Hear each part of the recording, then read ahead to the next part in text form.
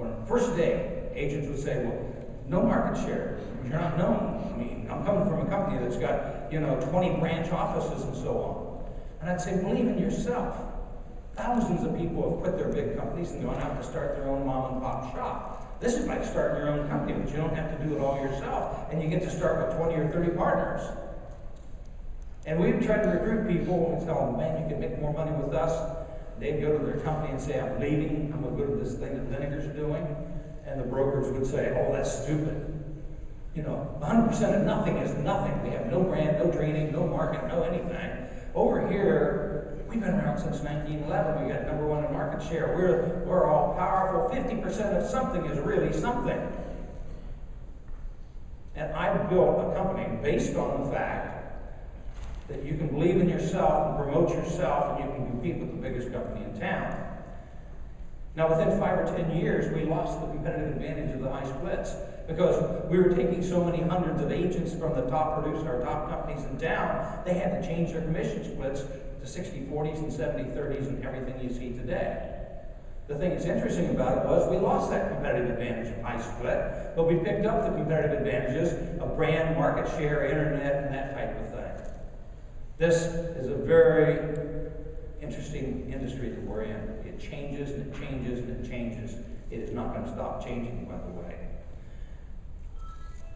I struggled so hard to make the company work, and I couldn't figure out how to do it. And we did 2 things perfect. Number 1, I was the youngest person in the company for 5 years. And I would go to my agents who were now happy with me, despite all of my problems. They were keeping about 85% of their commission after expenses. And I was a very good motivator and trainer, and I worked with marginal agents and I made them into superstars. But I got the ones that had the fire in the belly, that wanted to learn and wanted to get out of bed at 6 o'clock and would work till midnight. I turned over a lot, just like everybody else did, but my guys and gals became the best there was. And so I went to them and I'd say, man, I'm struggling. We're in all kinds of financial trouble. I'm making mistakes. What did you like best about the company you used to work for? What did they do the very best? Are there any of those ideas we could put into our company? What did you dislike the most? What do you dislike about my company? How can I run it better? Well, my average manager was 20 years older than me. Even the average agent was 15 years older than me. And they were vocal, they were successful, they were entrepreneurial, and they told me.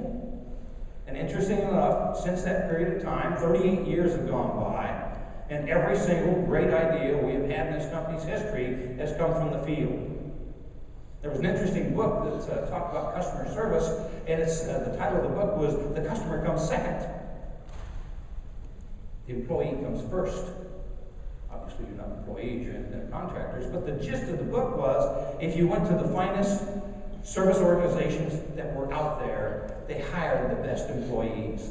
The best employees intuitively knew how to give good service. In this business, if you're a lousy realtor and you don't give a good service, you don't stay in this business. This business is too hard to start as a beginner, never get a repeat or referral, and have to start with brand new people every year of your career. If you're really good, you give good service, people start referring and giving you more business. Then it becomes a fabulous business. And so, realistically speaking, Gail and I get all this tremendous credit for what we've built, and we actually had a pretty minor role in it. What we were smart enough to listen to the best managers and the best agents, and they had hundreds of good ideas. We had several hundred that were pretty crazy too, by the way. But we got the good ones and we made the good ones work. And so, as you start looking at the things I'm talking about today, do bear in mind, I started personal promotion in the real estate business in 1973. We were having contests, we won everything at the National Association of Realtors. The competition hated me. I said, why should the broker's name be the big name? Why don't you make yours the big name?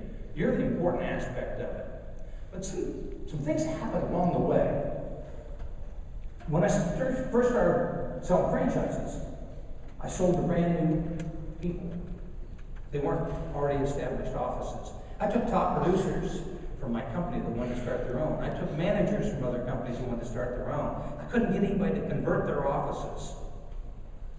In most cases, if they converted their offices, they'd have to fire a large percentage of their people.